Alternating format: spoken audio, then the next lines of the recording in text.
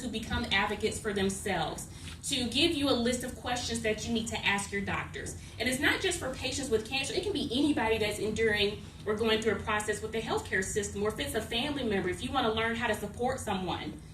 Some of our older people, they don't know what questions to ask, or they don't have the capability to ask those questions. So this guide is very important to, again, assist people in their journey and, again, to restore hope. Cancer survivorship begins at the time of diagnosis, and I highly believe that. And if you know of someone with cancer, if you're supporting someone with cancer in any way, did you also know that you're a co-survivor? Did anybody know that? You're considered a co-survivor. It takes a toll on you as well to be able to emotionally provide support to someone. So October is Breast Cancer Awareness Month, and I do want to share some facts and some statistics with you. But I also want to see a show of hands. How many breast cancer survivors do I have in the room right now? Great. We applaud you. And I see so many cancer survivors, and I'm not going to get emotional, but I really draw my strength from what I see on a day-to-day basis. You know, people are fighting for their lives. People have endured, you know, everything you can imaginable, and they've experienced every emotion imaginable as they navigate their journey. So I truly draw my strength from just everybody's courage in the battle that they fought. That really gives me the encouragement to do what I do on an everyday basis as a healthcare provider. So again, I salute you all. I salute the caregivers and the supporters. You equally have a hard job in helping to get these people through their journey. So thank you again for all that you do. And to my cancer survivors, thank you for your bravery.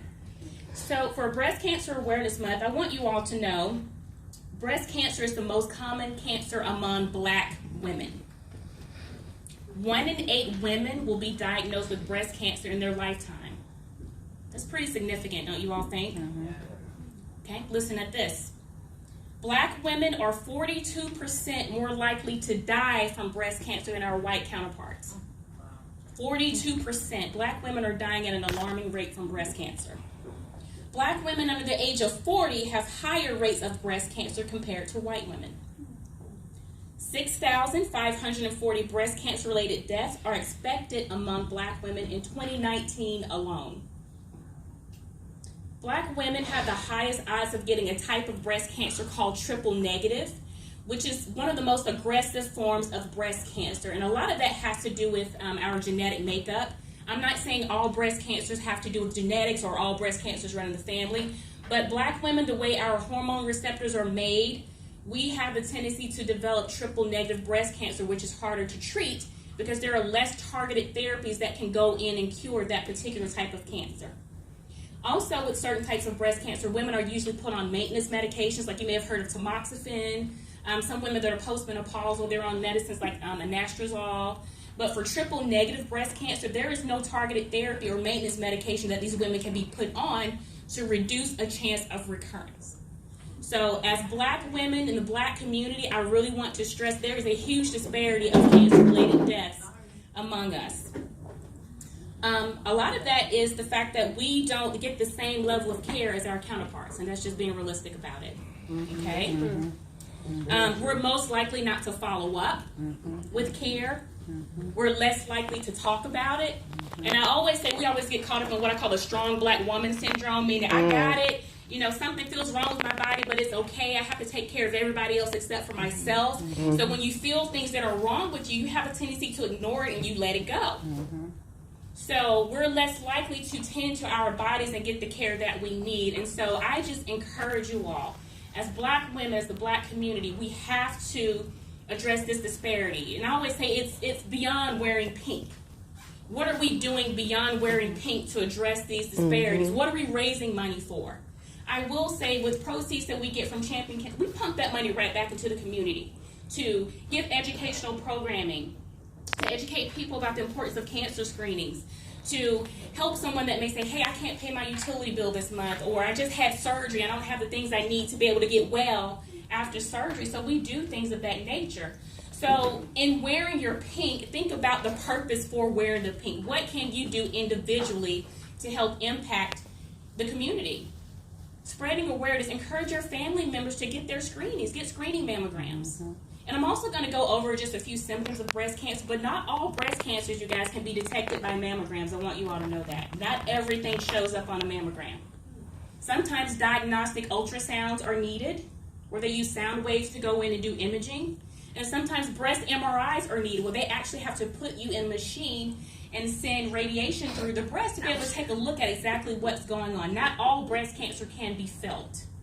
So that's an important thing to know. So if you feel like there's something not right with your body, you have to get attention. I cannot stress that enough.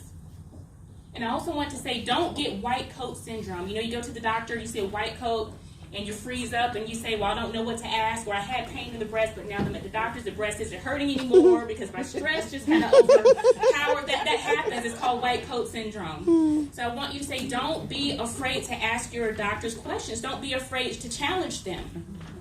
They're not the end-all, be-all. It's your life. You have to ask questions for yourself. I really cannot stress that enough. So I just want to talk about some of the signs and symptoms of breast cancer. There may or may not be a lump that you can feel in the breast. There can be nipple changes, meaning there can be leakage from the nipples, or sometimes the nipple can become inverted, meaning that it turns inside out. There can be skin irritation, itchiness, redness, flakiness. Some breasts can have what I call an orange peel appearance, just looks really dimpled. One breast can become larger than the other one. The lump, you may have a lump, you may not, but there just may be swelling or a lot of tenderness that's associated with it. You may have swollen lymph nodes that are underneath the arm or in the neck area here. So those are all signs and symptoms to look for, okay? And again, as I said, not all of this can be detected by your monthly self breast exams, and I highly encourage everybody to do that. If you don't know how, there is some information on the Champions Can table in the back. There's just diagrams of how you should examine your breast. You need to know how your body feels, because if you don't know what feels normal to you, how do you expect your doctors to know what's normal for you and what's abnormal for you? So get to know your body. It's not something to be shy about. It's very important. Okay? And again, just thank Miss Erin for sponsoring Champions Can. We really, really, really appreciate it. And we have some amazing ladies that will be sharing their testimonies, a lot that I have also supported them through their journey. So thank you all for your time and your attention in supporting Champions Can. And just know that by being here, you're helping to impact the lives of many in the community. Thank you. Y'all got me. We got all these